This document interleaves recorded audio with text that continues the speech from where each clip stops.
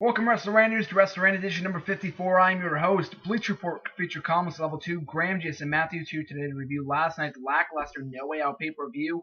And once again, I am also joined by my ECW Championship belt. I said in previous editions I'll be holding a different WWE Championship belt every edition of WrestleRant, and today I'm wearing my ECW Championship belt, the newer one, obviously. I have the old one too, I'll wear that in another edition. But it is signed by none other than Tommy Dreamer. I've met Tommy Dreamer on numerous occasions, and I will be meeting Matt Hardy this Saturday at Northeast Wrestling, so hopefully I'll be able to get my IC title signed by him on Saturday. So now moving on to No Way Out, the show kicked off with David Otunga versus Brodus Clay in the pre-show match. Really nothing to say here, kind of a weak match. A lot of people don't care about either David Otunga or Brodus Clay. I mean, Brodus Clay did a fine job in this match, but a lot of people just do not care about David Otunga. I mean, as much as I want to admit that David Otunga has improved over the last year, he gets no heat. That's the problem. The guy does have good charisma. I like where his gimmick is going with the coffee mug thing, all that good stuff. Being aligned with John Laurinaitis certainly helps.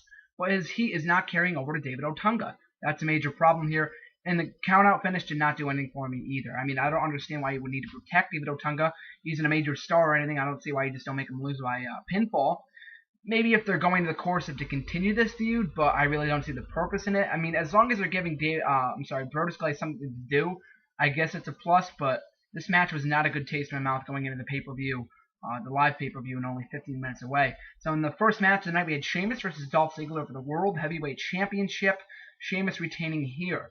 Now, I didn't like how this match was placed first on the card, much like WrestleMania. It's kind of a slap in the face to the competitors and the World Heavyweight Championship itself. I mean, a lot of people are complaining that the World Heavyweight Championship doesn't have as much prestige as it once was. Well, that may be true. It does have some prestige. Some people say that it has zero prestige, and that is the farthest thing from the truth. Sheamus has had a good reign as world champion since capturing it at WrestleMania 28, but I just didn't like the fact that it opened up the show. That aside, this is a very, very good match. Ziggler looked very strong in the feet, a very good, impressive showing against the Celtic Warrior. Hopefully we get more matches from them in the very near future, but it seemed kind of predictable that Sheamus would be retaining his World Heavyweight Championship. We didn't know that. We wouldn't think that Dolph Ziggler, a guy that has lost to Sheamus 2 times previous, would be taking the world title now, did we? The finish was a little anticlimactic for my taste, mostly because Sheamus hit the white noise, and then he was setting up the bro kick, and it kind of looked like Dolph Ziggler would counter that move and then in a zigzag or something. I'm not saying Ziggler should have won, but I'm saying that the finish should have been done in a lot more of a, like a climactic manner. I don't really know how to say it, but I thought the finish was a little weak, but other than that, this is a very, very good match to kick off the show, even though it shouldn't have been placed in the hot opener spot. Now moving on, Santino Marella versus Ricardo Rodriguez. This is a tuxedo match, not for the United States Championship. Typical comedy match. I mean, much like the guys chanting New Jersey last night that were chanting boring. I could not agree more with that statement. I just didn't care for this match, obviously. It was just pure comedy just for those kids that wanted to see Santino in action and get those few laughs. I just don't find any enjoyment in two grown men, that is, stripping each other down to their panties. I just didn't understand the point in that. This is a meaningless feud, and Santino should not be United States champion. I've said it once. I'll say it once again. Santino Marella should not be the United States champion if he's not going to either defend it or not be a good champion. So only time will tell as to how he'll be dropping that championship in the very near future. Now moving on, Christian versus Cody Rhodes in the Intercontinental Championship. Christian successfully defended his IC title. A very good match from these two. I've said it before, these guys have very good chemistry together. I mean, the fans haven't been given a good incentive to care about this feud. They haven't invested a lot into this feud, and I don't blame the crowd for not being receptive. However, Christian and Rhodes should have received a much better reaction. These guys are very good workers. I was kind of disappointed to see the crowd fall flat for this match. However, the closing sequence between these two, with the kill switch and the frog splash and the multiple disaster kicks, beautiful disaster kicks from Cody Rhodes, I thought this was a very good match, and the predictable outcome of Christian retaining his IC title. Hopefully, I would like to think that Rhodes goes on to the world title picture from here, but I'm not holding my breath on that. I would think that Cody Rhodes is now going to go into the mid-card to continue to job to people, but I just don't want him to job to Sheamus. That's my only problem with him going to the main event, but I'll rant about that on another day when the eventually does happen. We also had the Fatal 4-Way Tag Team match, which was added at the last minute. We had the Primetime Players defeat the Usos, Justin Gabriel and Tyson Kidd, and Primo and Epico in a fatal 4-way tag to become the new #1 contenders to the WWE Tag Team Championships. I've read some reports that some people thought that this was a terrible match, that the crowd wasn't invested. I beg to differ. I thought this is a pretty fun match. I like all the workers involved. Just the only problem is that none of these guys are on television on a consistent basis. Adding to the fact that Tyler X and Kurt Hawkins weren't in this match, but that's just my personal bias because I love those guys. They should have deserved a shot at the tag team titles. However, this match was pretty good. They had some fun spots, which the crowd popped for at times. However, they didn't really care for most of the action because they didn't know who any of these guys were, and I can't blame them for that. However, I did like the decision of the primetime players going over, becoming the new tag team champion contenders, and having Abraham Washington turn on Primo and Epico to join the primetime players. Now, I would think that Abraham Washington is a better fit with the primetime players, and no, I'm not just saying that because they're all black. I'm saying that they could potentially build maybe another Nation of Domination per se, but Darren Young and Titus O'Neil, I really like those guys. I've liked them since NXT. They have really good charisma, especially with the millions of dollars. Love that gimmick. But hopefully this ends up leading somewhere and they end up taking the titles off Kofi Kingston and R-Truth. R-Truth, as it is right now, is currently injured, so hopefully they take the titles off them either tonight on Raw or another night, but I would love to see them as WWE Tag Team Champions. Primo and Epico, the crowd didn't really respond to them turning babyface. I'm not even sure if I can call them babyface. I could really care less. I don't really care if they're babyface or not. But they just need to do a better job of booking those guys, as they have tremendous talent and is really, really untapped at this point. So we had the Divas Championship match. Layla successfully retained against Beth Phoenix. This is an even worse match than their match at Over the Limit. Now, they had a really good match at Over the Limit. They had a lot of good storytelling in it, but this match, pure comedy. For most of it, I did like their good wrestling, but that was overshadowed by the comedic antics performed by Layla during this match, but I did not enjoy it. I don't see the point in it. Maybe it was because just to wake the crowd up, and they didn't even care anyways. They didn't pop for the entrances, they didn't pop for the match, they didn't pop for the finish. They could really care less about both these divas, and I can't blame them. They haven't been on TV in nearly a month and a half at most.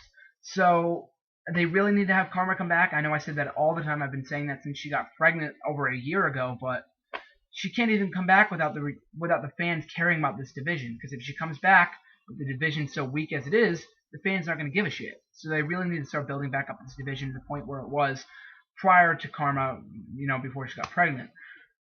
Sin Cara versus Hunico. Just a random match just to get over Sin Cara. Just a time filler. Really nothing to say here. Fine match. Sin Cara continues to be a nice spot fest, but other than that, this is a very boring match that not only the kids, but the audience didn't really care for. I failed to mention this before, but Triple H cut a promo challenging Brock Lesnar to a match at SummerSlam.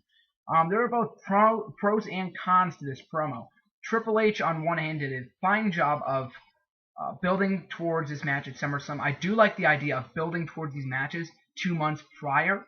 It's not like John Cena versus Rock where it was announced a year prior, but I do like the fact that they're giving enough build for this match to have people care about it and not announce it like the week before SummerSlam, which they have done in the past, if you haven't recalled. So, I thought this was an okay promo. Triple H, it was a little anticlimactic, kind of rushed to the promo a little bit, but other than that, it was a fine promo, which kind of helped build towards the match at SummerSlam, which I am looking forward to between Brock Lesnar and Triple H. What else do we have in this pay-per-view? With a WWE Championship match, CM Punk successfully defended his WWE title against Daniel Bryan and Kane in a triple threat match. An excellent match, match of the night by far. All three workers, very good chemistry altogether. A lot of good spots. CM Punk looked strong as a champion here. Daniel Bryan had a lot of good spots, and Kane did not drag this match down as much as people said that he would. Going into this feud, I thought that he did a very good job here, and the finish with AJ coming in, getting knocked off the apron was very intriguing. Having Kane carry away AJ after the match is also very intriguing. It has me, looking forward to the rest of this feud. Now, it was a bit of a shocker to me to see CM Punk retain the WWE Championship. However, do not take that as a complaint. I am happy that he retained the title. I do want to see him hold the title up until Wade Barrett's return, to have him face Wade Barrett for the title, or at least up until SummerSlam. CM Punk has been an excellent WWE champion. I hate when people say that his reign as champion has been stale, because he continues to perform awesome matches week in and week out, and continuing to build the feuds that he's involved in every single week. Whether it be Chris Jericho or Dolph Ziggler or Kane or Daniel Bryan, he continues to build these feuds that he's involved in every single pay-per-view. From what it looks like CM Punk versus Kane is the next up match at Money in the Bank for the WWE title, not involving Daniel Bryan. I hate to say that because I want to see CM Punk and Daniel Bryan continue their feud that they should have had from Over the Limit, but only time will tell. I wanted to see an Iron Man match, but you know, and God knows they're not going to do an Iron Man match between these two guys because Vinnie Mac just does not like Daniel Bryan as it is. So maybe that's why Daniel Bryan didn't win the WWE title.